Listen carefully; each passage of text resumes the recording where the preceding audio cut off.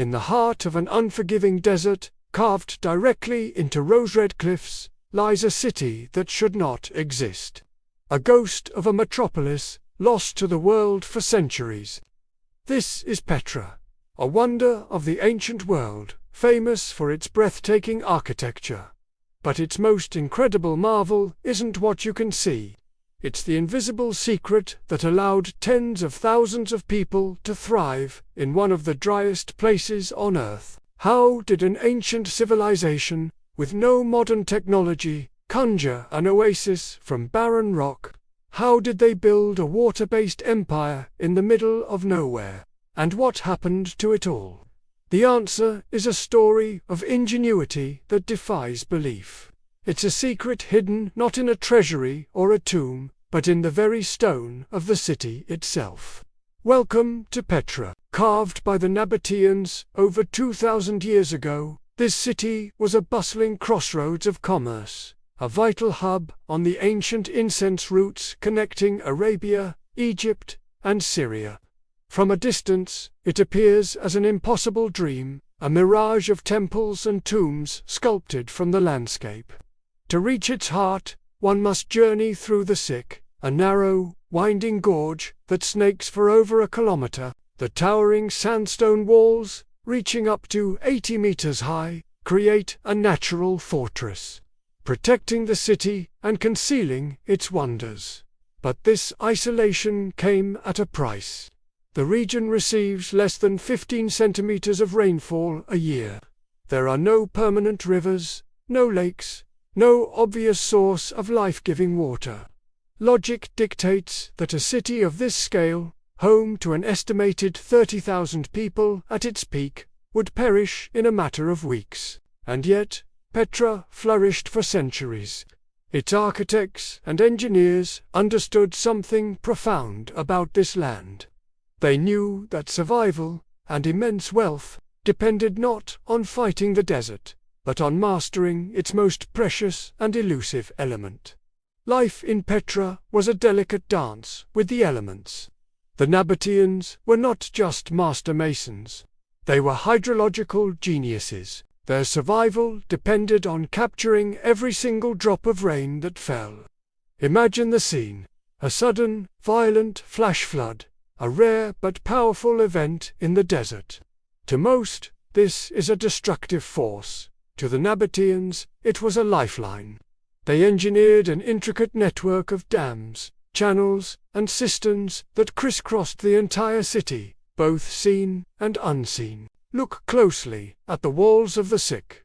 What might seem like simple erosion are in fact carefully carved water channels.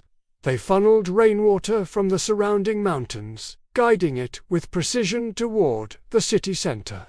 This wasn't a crude system.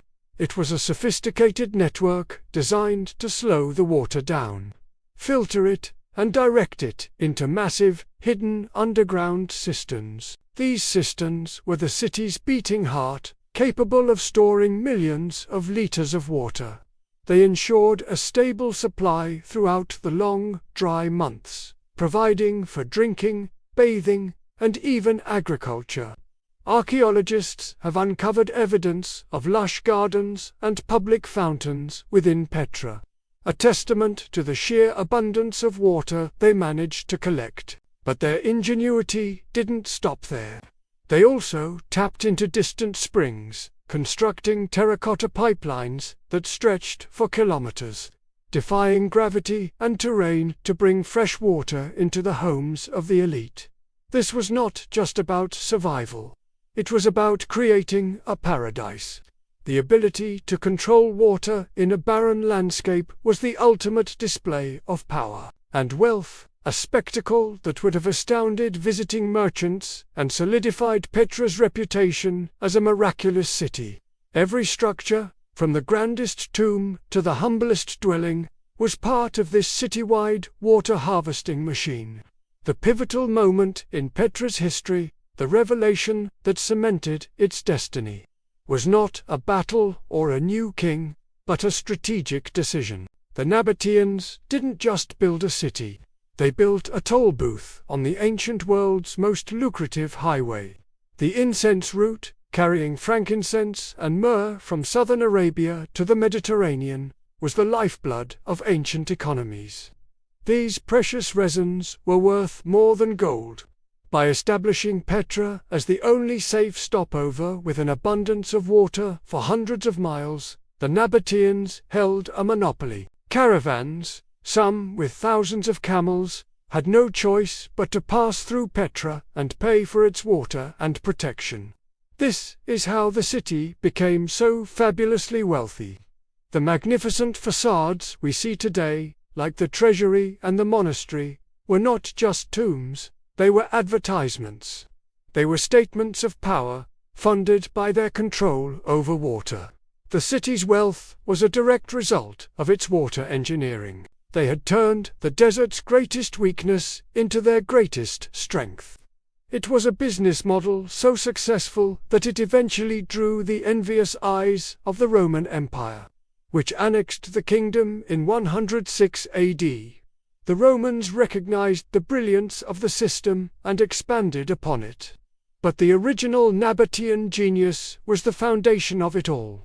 Today, Petra faces a new set of challenges. The ancient water channels, once meticulously maintained, have fallen into disrepair over centuries of neglect. While the city no longer supports a permanent population, it now hosts nearly 1 million visitors a year. This modern influx creates its own pressures on the fragile site and the local resources. Climate change threatens the delicate balance further, with more intense and unpredictable rainfall patterns leading to a greater risk of flash floods, which now pose a danger to tourists and the ancient structures alike. But there is hope. Jordanian authorities and international teams of archaeologists are working to understand and restore the ancient water systems, not just for preservation, but as a potential lesson for modern water management in arid regions. The wisdom of the Nabateans, it turns out, is timeless. In a world increasingly concerned with water scarcity, Petra's secret is more relevant than ever. It reminds us that the most resilient solutions are often found by working in harmony with nature, not against it. In the end, Petra is more than a city of stone. It is a testament to human ingenuity in the face of impossible odds. It teaches us that civilization is not built on gold or power, but on the foresight to manage our most fundamental resources.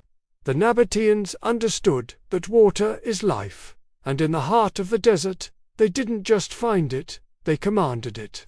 As the sun sets over the rose-red city, casting long shadows across its silent tombs, we are left to wonder, what other secrets does the stone hold, and what can we, in our modern world, learn from those who turned a desert into a paradise?